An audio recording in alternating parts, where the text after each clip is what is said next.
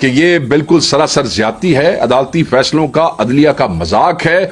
अदलिया को इस पे एक्शन लेना चाहिए और हम ये बिल्कुल जोर से कहेंगे कि कल जो है वो स्केड्यूल के मुताबिक मुलाकातें होनी चाहिए। कल हमारे वकला का दिन है, उन सब की मुलाकातें होनी चाहिए।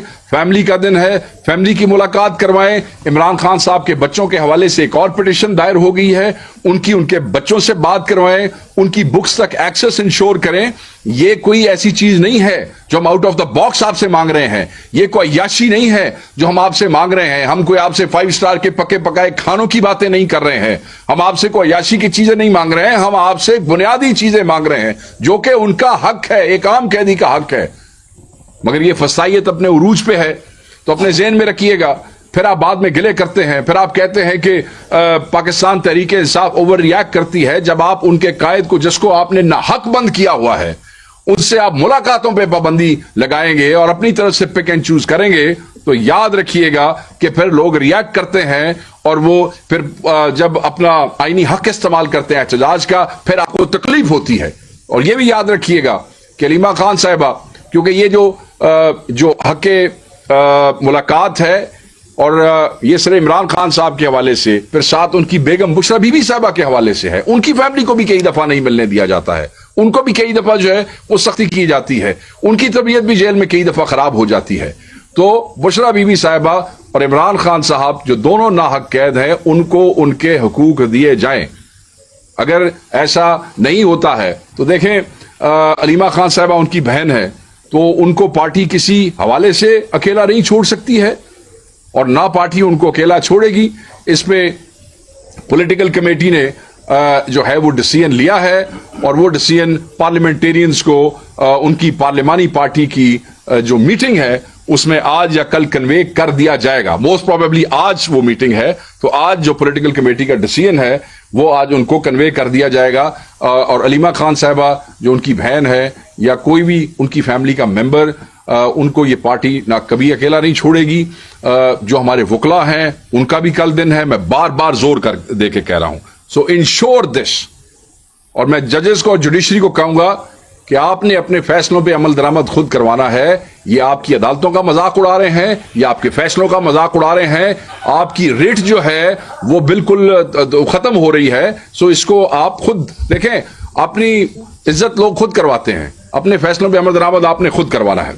दूसरा इशू जो हम आज रेज करना चाहते हैं वो हमारे सोशल मीडिया एक्टिविस्ट के हवाले से है। वो बच्चे जिनके हवाले से मैं आज तीसरी दफा आपसे बात कर रहा हूं, ईद से पहले जो आप लोगों से हमारी गुफ्तगू हुई और उससे पहले जो हमारी प्रेस कॉन्फ्रेंस हुई, उसमें भी मैंने उन बच्चों का जिक्र किया। हमारे जो सोशल मीडिया एक्टिविस्ट जो गायब हैं, जिनको अभी तक किसी कोर्ट ऑफ लॉ में नहीं पेश किया गया है, वो बेगुनाह हैं। जो मुझे सोशल मीडिया टीम की तरफ से बताया गया है वो यही है कि उनके साथ जो अकाउंट्स मंसूब करने की कोशिश की जा रही है वो फेक अकाउंट्स हैं। ये वो बच्चे हैं जो ऑलरेडी आपकी फस्तायत से तंग आए हुए अपने अकाउंट्स को, जैसे सोशल मीडिया टीम बताती है, डीएक्टिवेट कर चुके थे, वो एक्टिव ही नहीं थे और अब वो गायब हैं और उनको हफ्तों गुजर गए हैं, कोई पता नहीं है। उनकी फैमिलीज परेशान है, पूरी पाकिस्तान तहरीक इंसाफ इस बात पे परेशान है। और ज़हन में रखिएगा जो ओवरसीज पाकिस्तानीज हैं उनमें भी बड़ा रिएक्शन आ रहा है और वो हमें बार बार कह रहे हैं कि भाई पाकिस्तान में ये हो रहा है, आप इस पे आवाज उठाएं। हम उन्हें ये बताना चाहते हैं कि बिल्कुल पाकिस्तान में भी आवाज उठाई जा रही है और ओवरसीज पाकिस्तानीज खुद भी वहां आवाज उठाएंगे। कल वो जाके फिर कहीं कोई आवाज उठाएंगे तो फिर इस हुकूमत को तकलीफ हो जाएगी कि देखें जी ये ओवरसीज पाकिस्तानी जो है वो ये कर रहे हैं और वो कर रहे हैं। तो मैं समझता हूं कि इससे पहले कि वो भी वहां पे ह्यूमन राइट्स के इदारों को दरखास्तें देनी शुरू कर दें और वो उस केस को वहां परसू करना शुरू कर दें, फिर आपके लिए मसाइल पैदा हों, यहां आपके लिए मसाइल पैदा हों। इस फस्ताई, बेहया और बेशरम हुकूमत को मैं कहूंगा कि ये लोगों के बच्चे हैं, ये पाकिस्तानी है, इनका कोई जुर्म नहीं है। अगर कोई जुर्म है तो 2 FIR, अगर कोई जुर्म है तो करो उनको पेश अदालत में, ताकि वो अपने आप को डिफेंड कर सके, ताकि पता लग सके कि उनके ऊपर लगाए गए इल्जामात जो है वो सच्चे हैं या झूठे हैं, उनके पल्ले क्या है, उनको जिस गुनाह में उठाया गया है। मैं बार बार इस हुकूमत को हर दफा कहता हूं और दोबारा कह रहा हूं, अपनी कौम के बच्चों के साथ ये नफरतें मत पैदा करें। ये नफरत जनरेशंस टू जनरेशंस जो है वो मूव करेगी और कल मसाइल होंगे। आप लोगों का इस मुल्क में चलना जो है वो दो भर हो जाएगा। सो इसलिए वी डिमांड कि they should be released immediately. We demand that they have been abducted illegally, they are detained illegally wherever they are, they should be produced before the court of law, ताकि उनका फैसला जो है वो किया जा सके। तीसरा इशू जो बड़ा अहम है और वो है इस हुकूमत की किसान दुश्मन पॉलिसीज है। उस पर पाकिस्तान तहरीक इंसाफ ने हमेशा बड़ा क्लियर स्टांस लिया है। ये हमारा जो मुल्क है वो एक ज़रूरी मुल्क है और जो मुआशी हालात हैं इसमें, इन हालात में अगर हम कुछ बना सकते हैं और कुछ तरक्की कर सकते हैं तो अपना वही एग्रीकल्चर का पोटेंशियल इस्तेमाल करके कर सकते हैं।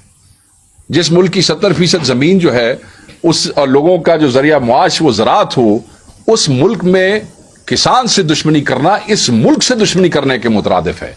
उस मुल्क में ज़राअत की पॉलिसी के साथ खेलना या कोई भी पॉलिसी ना होना या एब्सेंस ऑफ अ पॉलिसी, ये मुल्क के मुस्तकबिल और मुल्क की मुईशत के साथ खेलने के मुतरादिफ है। एक तरफ तो ये फस्ताई जाली फॉर्म 47 की हुकूमत रोती फिरती है, फकीरों की तरह भीख मांगते फिरते हैं जगह जगह पे। दूसरी तरफ यहां पे बिलियंस ऑफ डॉलर्स का पोटेंशियल इस मुल्क की अपनी ज़राअत में मौजूद है। हम उसे बिल्कुल किसी तरीके से टैप करने को तैयार नहीं है, बल्कि अपने ही किसान का जो है वो हम गला काट रहे हैं। 2022 में जो सैलाब आए, फसलें तबाह हुई, नतीजे में 2023 में हुकूमत ने वो जो गंदम की कमी है वो पूरी करने के लिए आपने इंपोर्ट्स कर ली। शॉर्टफॉल आपका कितना था? 2.4 मिलियन टन का। इंपोर्ट आपने कितनी कर ली? 3.6 मिलियन टन। फायदा किसको आपने पहुंचाया? इन्हीं फसाइयों की बात कर रहा हूं। फायदा आपने किसको पहुंचाया? प्राइवेट सेक्टर को।